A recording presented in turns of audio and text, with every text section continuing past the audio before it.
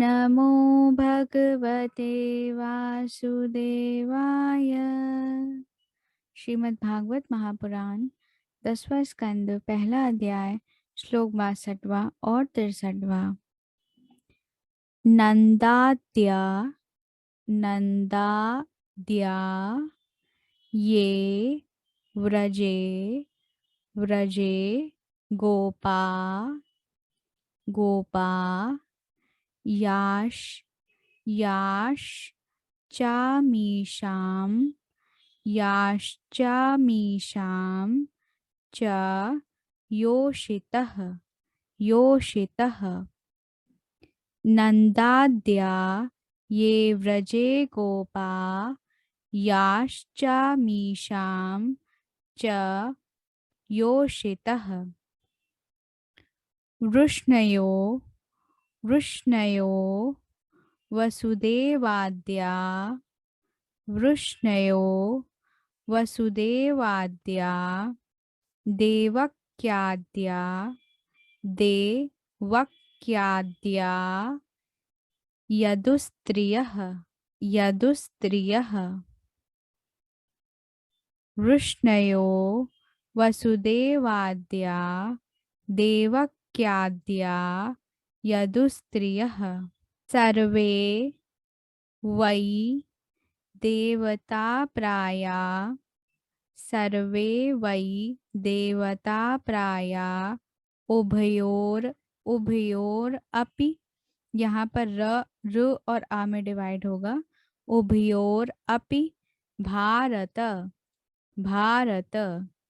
सर्वे वै देवताप्राया उभयोर अपि भारत। ज्ञातयो ज्ञातयो बंधु सुहृदो सुहृदो ये चाकंसम अनुव्रताः अनुव्रताः।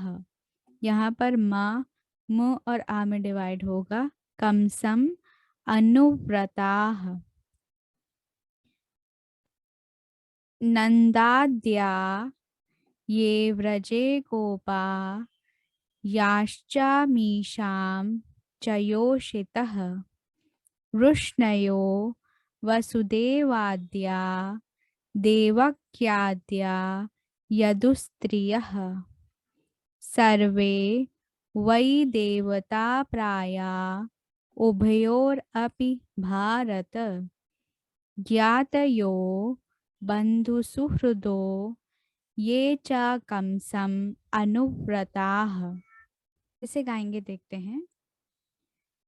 नंदाद्या ये व्रजे गोपा याश्चामीशां च योषितः। वृष्णयो वसुदेवाद्या देवक्याद्या यदुस्त्रियः। सर्वे वै देवता प्राया उभयोर अपि भारत। ज्ञातयो बंधुसुहृदो ये चाकंसम अनुव्रताः। फिर से देखते हैं। नंदाद्या ये व्रजे गोपा याश्चामीशां च योषितः। वृष्णयो वसुदेवाद्या देवक्याद्या यदुस्त्रियः।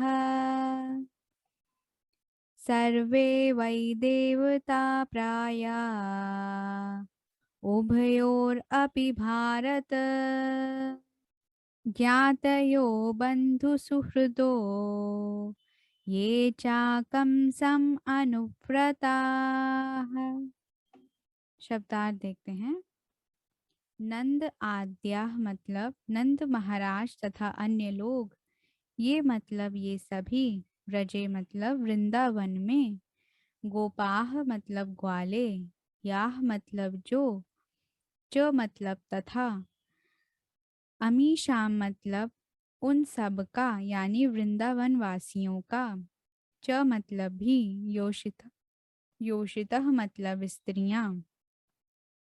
वृष्णयः मतलब वृष्णि वंश के सदस्य। वसुदेव आद्या मतलब वसुदेव इत्यादि। देवकी आद्याः मतलब देवकी इत्यादि। यदु स्त्रियः मतलब यदुवंश की स्त्रियां। सर्वे मतलब सभी। वै मतलब निःसंदेह। देवता प्रायः मतलब स्वर्ग के निवासी थे। उभयोः मत उभयोः मतलब नंद महाराज तथा वसुदेव दोनों के। अपि मतलब निःसंदेह। भारत मतलब हे महाराज परीक्षित। ज्ञातयः मतलब संबंधीगण। बंधु मतलब सारे मित्र। सुहृदः मतलब शुभेच्छुजन। ये मतलब जो। च मतलब तथा। कमसम अनुव्रताः मतलब कंस के अनुयायी होते हुए भी। हे भरतवंशियों में श्रेष्ठ महाराज परीक्षित, नंद महाराज तथा उनके संगी ग्वाले तथा उनकी स्त्रियां स्वर्गलोक की ही वासी थीं।